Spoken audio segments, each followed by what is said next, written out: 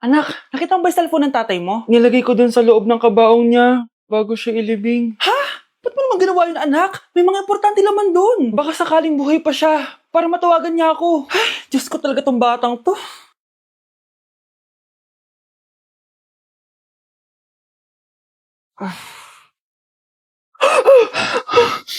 Matawag si tatay.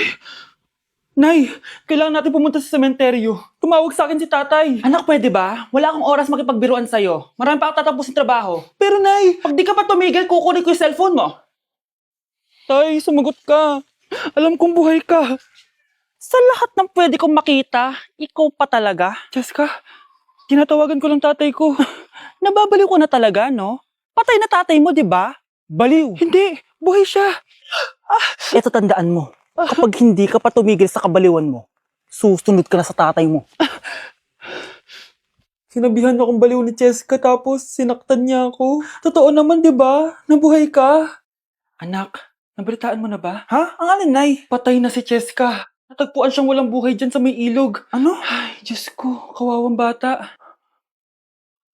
Tay, sumagot ka na please. Ikaw! Ikaw ang pumatay sa anak ko! Ano? Eh, siya nga to ng away sa akin eh. Ikaw ang huli niyang kasama. Tandaan mo to. Isusunod kita sa tatay mo. Tay, hindi ko na alam gagawin ko. Sinisisi ako ng nanay ni Jessica sa pagkamatay ng anak niya. Natatakot ako. Anak, yung nanay ni Jessica. Oh, Bakit, Nay? pinatay daw. Binitin sa may puno. Ano? Nakakatakot na dito sa barangay natin, anak. Sinong pumapatay sa kanila? Nay, may tao. Sino po sila? Magandang araw po. Ako po si Detective Jason. Ako ang may hawak sa investigation case sa pagkamatay ni Cheska at ng kanyang nanay. Bakit kayo nandito? Dahil dito.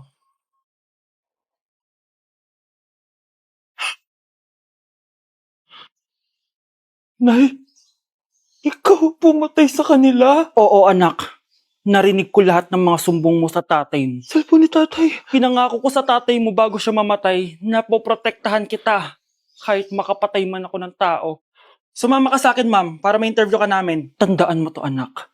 Kahit nasa kulungan ako, poprotektahan kita. Tumawag ka lang. Gusto mo ba talaga ako makilala, Scarlett? Oo!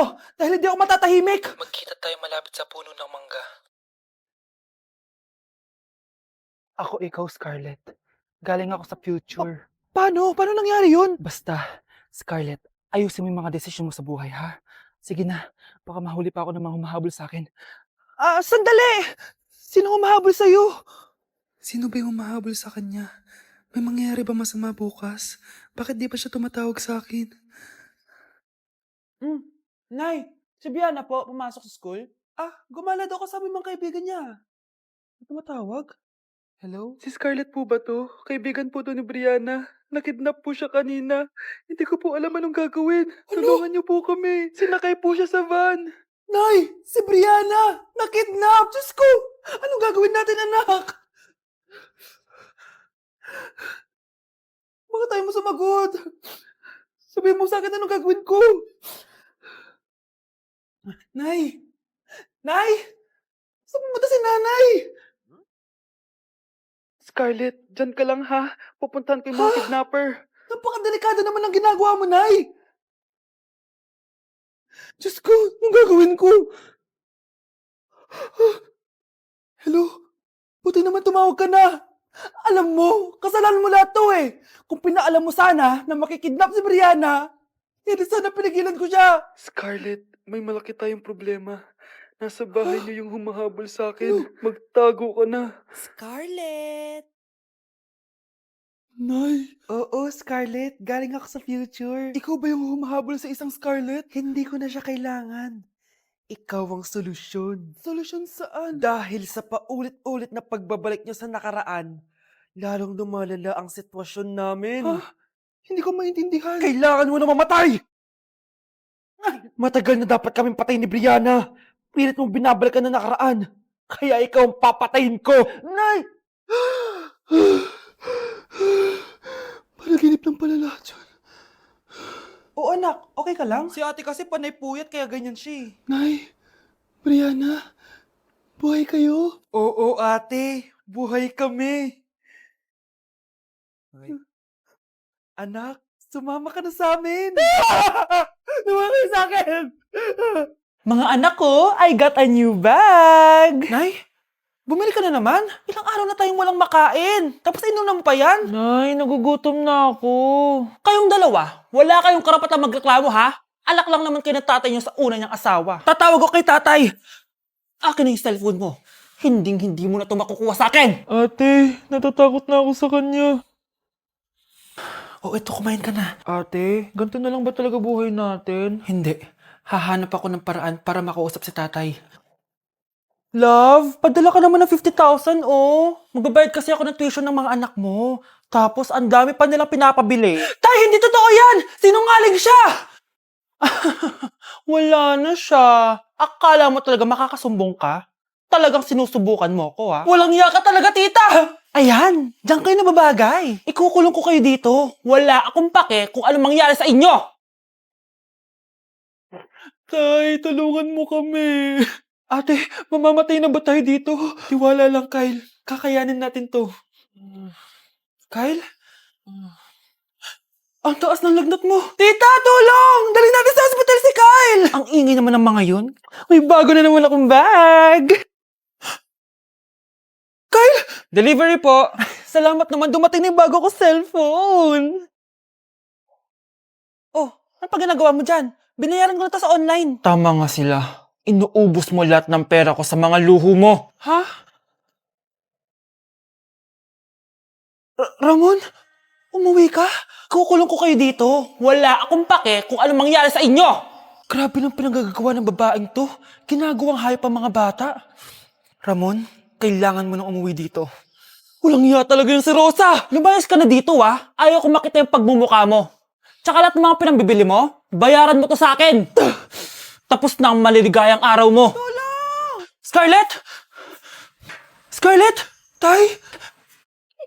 Kyle! Okay na si Kyle. Buti na lang, agad niya siya nadala dito. Sorry mga anak. Kung alam ko lang, uuwi ako agad. Tay, ang importante, nandito ka na. Yay! Nandito na si tatay! Makakain na ulit tayo ng masarap, ate! Huwag kayong mag-alala anak. Hinding-hindi na kayo malalapitan ng babaeng yon. Pangako. Kinulong po ni nanay si Scarlett sa bodega. Ha? Anak? Anak? Walang iya talaga yung tita mo. Anak, sorry kung ngayon na ako nagpakita. Pinakulong kasi ako ng babaeng yan. Deserve mong makulong. Ikaw ang ikukulong namin dahil child abuse ang ginagawa mo. Ano? At hindi mo na din makukuha ang 50% ng mana. Hindi pwede!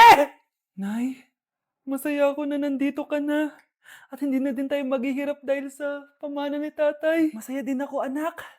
Siyempre kasama ka dito sa Manta.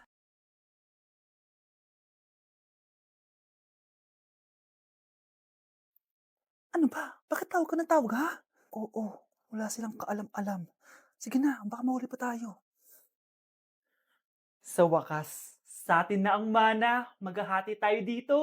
Palayasin mo na yung mga batang yun, ha? Ako bahala. Ang galing talaga natin magpanggap date. Mga anak, aalis na tayo dito sa bahay. Lilipat tayo sa mas malaking bahay. O eto, mga gamit nyo, inimpake ko na. Talaga, Nay? Scarlett, huwag kang maniwala dyan. Nagpapanggap lang yung nanay mo. Samantha, ano yung mga pinagsasabi mo? Magjowa sila ni attorney. Sinet up nila tayo. Ganyan ba ang ugali mo, Samantha? Kaparehas ng nanay mong sinungaling? Samantha, ano ba? Kung ayaw mo sumama, edi wag. Sige, kung totoong anak mo talaga si Scarlett, saan at kailan mo siya ipinanganak? Ang dali naman yan. Edi sa Manila. Pinanganak ako sa ibang bansa.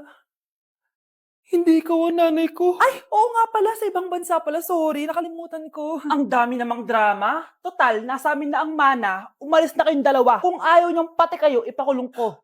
Kung meron mang makukulong, kayong dalawa yon. Salamat sa pagtawag, Samantha. Inaaresto kita, attorney, sa kasong panloloko. Palpak ka talaga! Naisahan niyo ako ngayon, ha? Hindi pa ako tapos sa inyo. Talagang sinira mo yung sarili mo, attorney, para sa pera. At ang dami mo na palang naloko. Samantha, huwag na tayo maghiwalay, please. Oo, Scarlett. Dito lang ako palagi sa tabi mo. Kayong dalawa, mag-ingat kayo palagi, ha? Gamitin niyo na maayos sa pamana ng tatay niyo. Salamat po. Ay, Nay! Good news! Nanalo ako sa loto! Totoo ba, anak? Tumama lahat ng numero sa panaginip ko, Nay. Alam mo, anak, swerte ka talaga eh. Nay, may good news din ako. Gagraduate na ako next month. Talaga ba, anak? Akala ko talaga bagsak pa rin ako eh. Buti naman at di ka na ulit ng high school. Congrats! Good luck sa college! Mga anak, may good news din ako. Sabi ng doktor, magaling na daw ako sa sakit ko. So, ibig sabihin, hindi mo na kami makakalimutan, Nay? Oo, anak. Parang sunod-sunod yung swerte natin, Nay, no? Siyempre, dahil din yan kay Lord. O sige na, anong oras na? Matulog na tayo, ha? Good night, Nay. Grabe, ang kalat naman. O anak, ba't kising ka pa? Anay, sobrang kalat kasi dito sa bahay. Naglinis lang ako. Anak, tigil mo yan! Masama yan! Ha? Bakit? Masama na ba maglinis, Nay? Hindi mo ba alam yung pamahiin na bawal magwalis sa gabi? Kasi pag nagwalis ka, parang tinataboy mo daw yung swerte palabas ng bahay. Ako, Nay, 2025 na, naniniwala ka pa rin sa pamahiin? Tumatanda ka na talaga. Ay, di ko alam, anak. Takot lang ako na malasin ulit tayo. Sige na, Nay, itulog mo na yan. Malapit na ako matapos dito. Matulog ka na rin, ha? Nasaan na yun? Hindi pwede mawala yun! Oo, anak, ano nangyayari? Umagang-umaga sumisigaw ka. Nay, nawawala yung lotto ticket natin. Hindi natin makiklaim yung pera. Ha? Sige anak, tutulungan kita maghanap, ha? Ay, baka nandito lang yung banda. Oo anak, ba't ka umiiyak? Ayoko na.